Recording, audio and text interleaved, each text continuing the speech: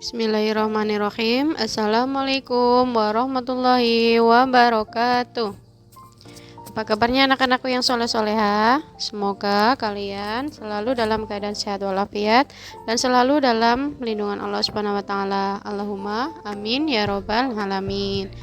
Alhamdulillah, kita bertemu lagi hari ini di tema 8, subtema 2, aturan keselamatan di rumah, pembelajaran 5 dan 6. Nah, anak-anakku, langsung saja ya, kita mulai pembelajaran hari ini dengan bacaan basmalah bersama. Bismillahirrahmanirrahim. Untuk yang pertama yaitu muatan PKN ya. Nah, anak-anakku,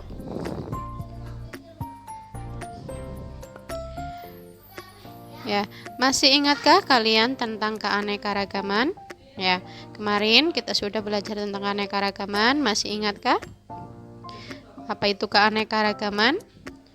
Ya, keanekaragaman atau keberagaman adalah suatu kondisi dalam masyarakat yang terdapat banyak perbedaan dalam berbagai bidang. Nah, kalian sering jumpai ya di sekitar kita itu ada keberagaman atau keanekaragaman dari mulai adat, istiadat, suku, agama, kebiasaan, kesukaan. Nah, bahkan yang lingkup yang terkecil di keluarga kalian semua. Nah, dalam satu keluarga pasti terdapat keberagaman. Nah, setiap individu memiliki kesukaannya masing-masing, memiliki kebiasaan masing-masing, terus memiliki sifat atau watak yang berbeda satu sama lain. Nah, itu contoh keberagaman kalian di rumah ya. Selanjutnya,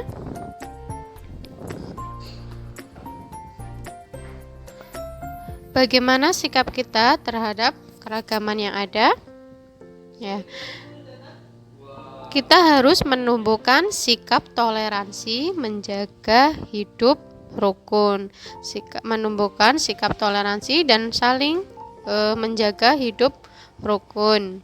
Supaya apa? Supaya tercipta persatuan dan kesatuan, supaya tercipta rasa aman dan tentram. Toleransi adalah sikap saling menghormati dan menghargai antar individu maupun kelompok. Jadi sikap toleransi itu sikap saling menghormati dan menghargai antar individu ataupun kelompok, menghargai keanekaragaman yang ada, menghargai perbedaan yang ada, bukan malah menjadikan perbedaan itu suatu halangan atau suatu ancaman untuk kita bergaul, untuk kita beraktivitas, tetapi malah sebaliknya, kita harus memiliki rasa toleransi, sikap saling menghormati dan menghargai antar individu lainnya. Hidup rukun adalah hidup yang aman, tentram dan damai ya, tanpa perpecahan, tanpa kerusuhan. Nah, itu hidup rukun ya. Kita harus menjaga hidup rukun di antara kita semua ya, supaya hidup itu menjadi terasa aman, terasa damai ya, terasa tentram, tidak ada permusuhan, tidak ada perselisihan, tidak ada kekacauan. Nah, itu hidup rukun untuk menjaga keragaman yang ada ya. Ya, karena di sekitar kita itu individu memiliki sifat atau memiliki kebiasaan, memiliki adat istiadat, suku itu yang berbeda-beda. Sikap kita harus saling menghormati, saling menghargai terhadap perbedaan yang ada. Nah, itu kita sudah belajar PKN ya, tentang keanekaragaman, sikap toleransi, dan hidup rukun. Selanjutnya kita akan belajar muatan bahasa Indonesia. Nah, masih ingatkah kalian tentang penggunaan tanda tanya dan apakah itu kalimat tanya? Ya, kalimat tanya adalah kalimat yang digunakan untuk menanyakan suatu informasi. Ya, setiap ada pertanyaan pasti membutuhkan jawaban. Nah, dari jawaban tersebut kita mendapatkan suatu informasi. Nah, bagaimana penggunaan tanda tanya? aturan penggunaan tanda tanya, yaitu yang pertama, kalimat tanya digunakan untuk menanyakan sesuatu. Pastinya ya. Misalkan kalimat tanya siapa untuk menanyakan subjek atau orangnya. Kalimat tanya apa untuk digunakan untuk menanyakan objek. Kalimat tanya kapan untuk menanyakan waktu.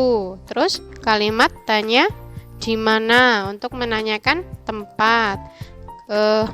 Kalimat tanya mengapa untuk menanyakan suatu alasan atau kejelasan. Nah, itu kalimat tanya digunakan untuk menanyakan sesuatu. Selanjutnya, kalimat tanya menggunakan kata tanya. Tadi ada apa, mengapa, siapa, di mana, bagaimana, kapan. Nah, itu merupakan kalimat tanya. Setiap kalimat tanya menggunakan kata tanya tersebut. Kalimat tanya diakhiri dengan tanda tanya. Nah, itu ciri-cirinya ya. Kalimat tanya pasti diakhiri dengan tanda tanya. Kalimat tanya di bagian akhir dibaca dengan intonasi tinggi ya. Penekanan ya, ada penekanannya. Misalnya, siapa namamu? Nah, itu nadanya kan tinggi, intonasinya tinggi, ada penekanan. Nah, kalimat tanya di bagian akhir itu dibaca dengan intonasi tinggi atau ada penekanannya. Nah, itu aturan penggunaan tanda tanya. Nah, sekarang kegiatan literasi ya. Kalian baca halaman 45, kemudian tuliskan yang termasuk dalam kalimat tanya ya. Kalian cari di situ ada percakapan, kemudian tuliskan yang termasuk dengan kalimat tanya.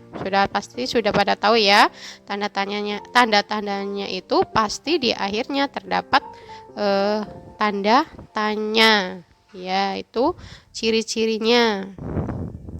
Nah, itu kita sudah belajar muatan bahasa Indonesia dengan kita belajar tentang penggunaan tanda tanya. Selanjutnya kita akan belajar muatan matematika. Masih sama dengan kemarin ya, kita belajar tentang jam. Nah, sekarang kita akan belajar menghitung lamanya waktu kegiatan. Misalkan kalian belajar pukul 7 malam, kemudian selesainya pukul 8, berarti berapa lama kalian itu belajar? Nah, caranya gimana? Lama kegiatan itu adalah selisih waktu mulai dan waktu selesai. Misalkan waktu mulainya pukul 7, kemudian selesainya pukul 8. Nah, selisih antara 7 dan 8 itu berapa? Caranya 8 dikurangi 7 berarti 1 ya.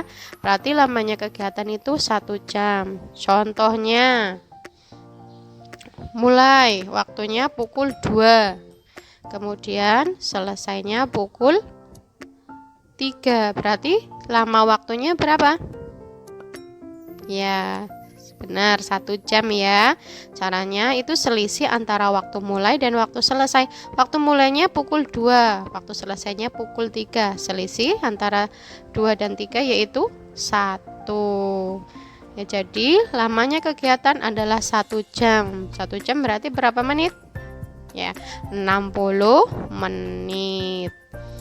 Contoh lagi ya. Waktu mulai pukul 2. Waktu selesainya yaitu pukul 4. Berapa lamanya kegiatan tersebut? Ya, pukul 2, pukul 4. Selisihnya berapa? 2 ke 4. Yaitu 2. Jadi, lamanya belajar atau lamanya bermain yaitu 2 jam. 2 jam sama dengan berapa menit? 120 menit. 1 jam itu 60 menit. Kemudian kalau 2 jam berarti 60 ditambah 60 sama dengan 120 menit. Begitu ya. Sudah paham kan? Insya Allah ya, sudah paham. Nah, alhamdulillahirabbil alamin, anak-anakku, pembelajaran hari ini sudah selesai. Kalian bisa mengerjakan soal-soal yang ada di buku paket atau di buku LKS agar kalian itu semakin paham ya dengan latihan. Ya, Ustadzah akhiri pembelajaran hari ini. Semoga apa yang Ustadzah sampaikan bermanfaat untuk kita semua. Allahumma amin ya robbal alamin. Ustadzah akhiri. Wabillahi taufiq wal hidayah. Wassalamualaikum warahmatullahi wabarakatuh.